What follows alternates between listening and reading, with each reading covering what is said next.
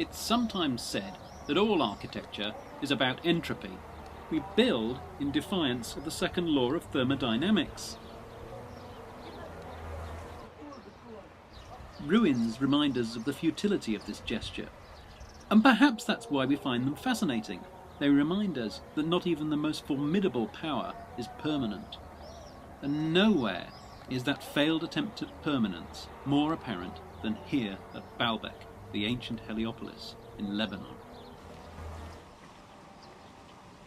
3 colossal temples were built here between the 1st and 3rd centuries AD, at a native settlement that became a Roman colony. There was also a city here, with walls and a theatre, but all the other structures must have been completely overshadowed by the city's colossal temples. One of them was built on a hill overlooking the city. Almost nothing remains of it now except for this very distinct rock-cut staircase.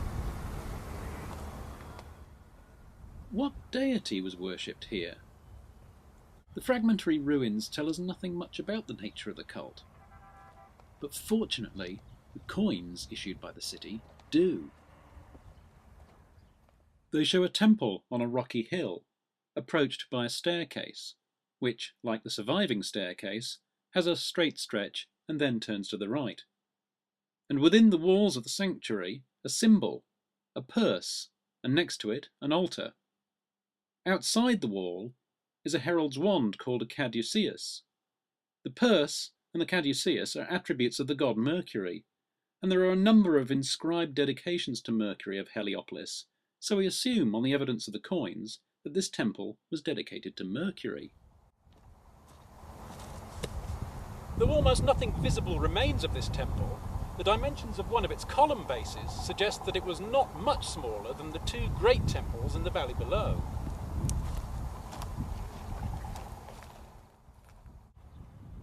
Heliopolis is located on the eastern side of the broad Bekaa Valley, at the point where the anti-Lebanon mountains meet the plain. The 2 other temples lie at the foot of the hill. This one, the so-called Temple of Bacchus, was built in the 2nd century AD and is one of the best preserved Roman temples anywhere in the world. This one, the great sanctuary of Jupiter, was constructed around the site of an earlier shrine between the 1st and 3rd centuries AD. You might think that such huge structures would have been mentioned a lot by ancient writers, but they aren't. There's almost nothing for us to go on, apart from the monuments themselves, and of course their depictions on coins. The so-called Bacchus temple is so called because nobody really knows for certain to which deity or deities it belonged. The fact that the temple is well preserved only complicates matters, because it is decorated with a huge number of divine figures and symbols. Reliefs inside show scenes from the myths of Dionysus, and hence the identification with Bacchus, the Roman equivalent of Dionysus. On the underside of the doorway is a caduceus carried by an eagle, which might suggest Mercury again, but in a Syrian context could also have solar associations, suggesting perhaps that the sun god was worshipped here.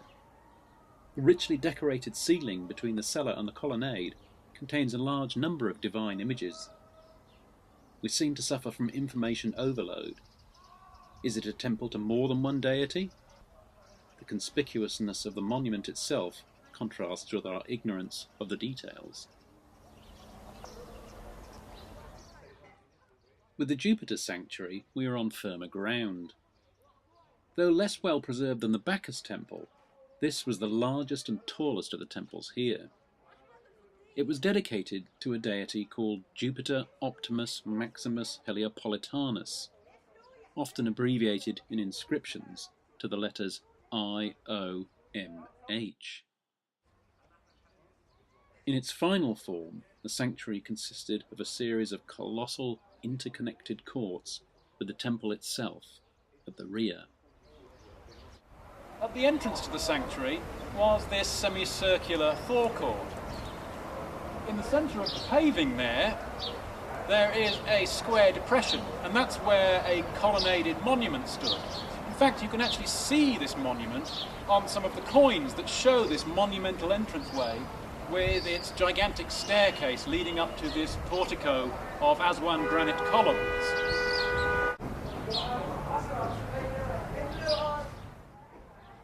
This colonnaded entrance led into a hexagonal courtyard, raised high above the plain at the same level as the portico.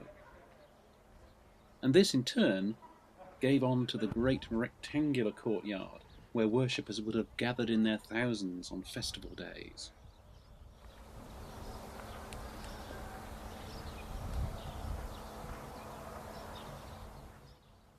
There were large artificial basins here, both equipped with fountains, where worshippers could wash, and two gigantic towers that functioned as raised altars. Around the courtyard was a portico of granite columns, each imported from Aswan in Egypt.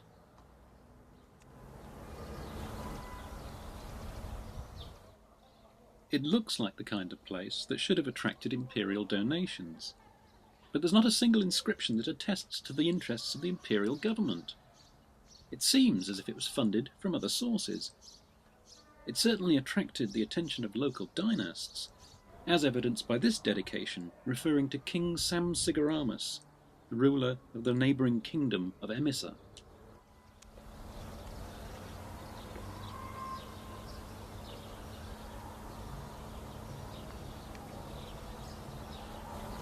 This was a monument on which no expense was spared. The sheer effort of bringing columns from Egypt all the way to an inland city 1,000 metres above sea level was quite a feat in itself. But that was only a small part of the effort expended here.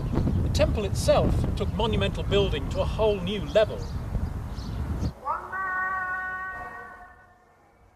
Its construction took several decades, beginning in the mid-1st century AD. It stood on a monumental platform of an earlier unfinished temple.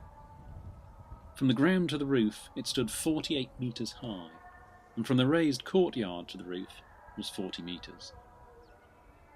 The columns alone were more than 19 metres high. But perhaps the most outrageous part of the building was the platform on which the temple stood. This was enlarged, and it was to be built of truly gigantic stones. How big? This big. And this big. Some of the stones weighed more than 1,000 tons, but the builders never completed their task. 2 huge blocks still lie in the nearby quarry, waiting to be transported.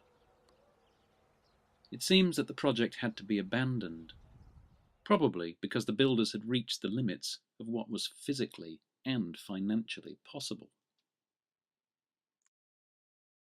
The Jupiter Temple was an experiment in pushing the boundaries of architecture.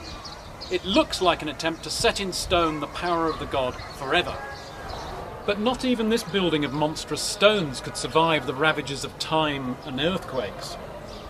Instead, it was the tiny objects, the coins, that survived intact and which furnished future times with images of the complete temples. 3 centuries ago, the English poet Alexander Pope reflected on precisely this kind of irony.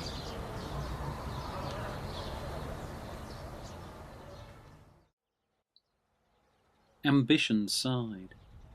She found it vain to trust the faithless column and the crumbling bust, huge moles whose shadows stretched from shore to shore, their ruins perished, and their place no more.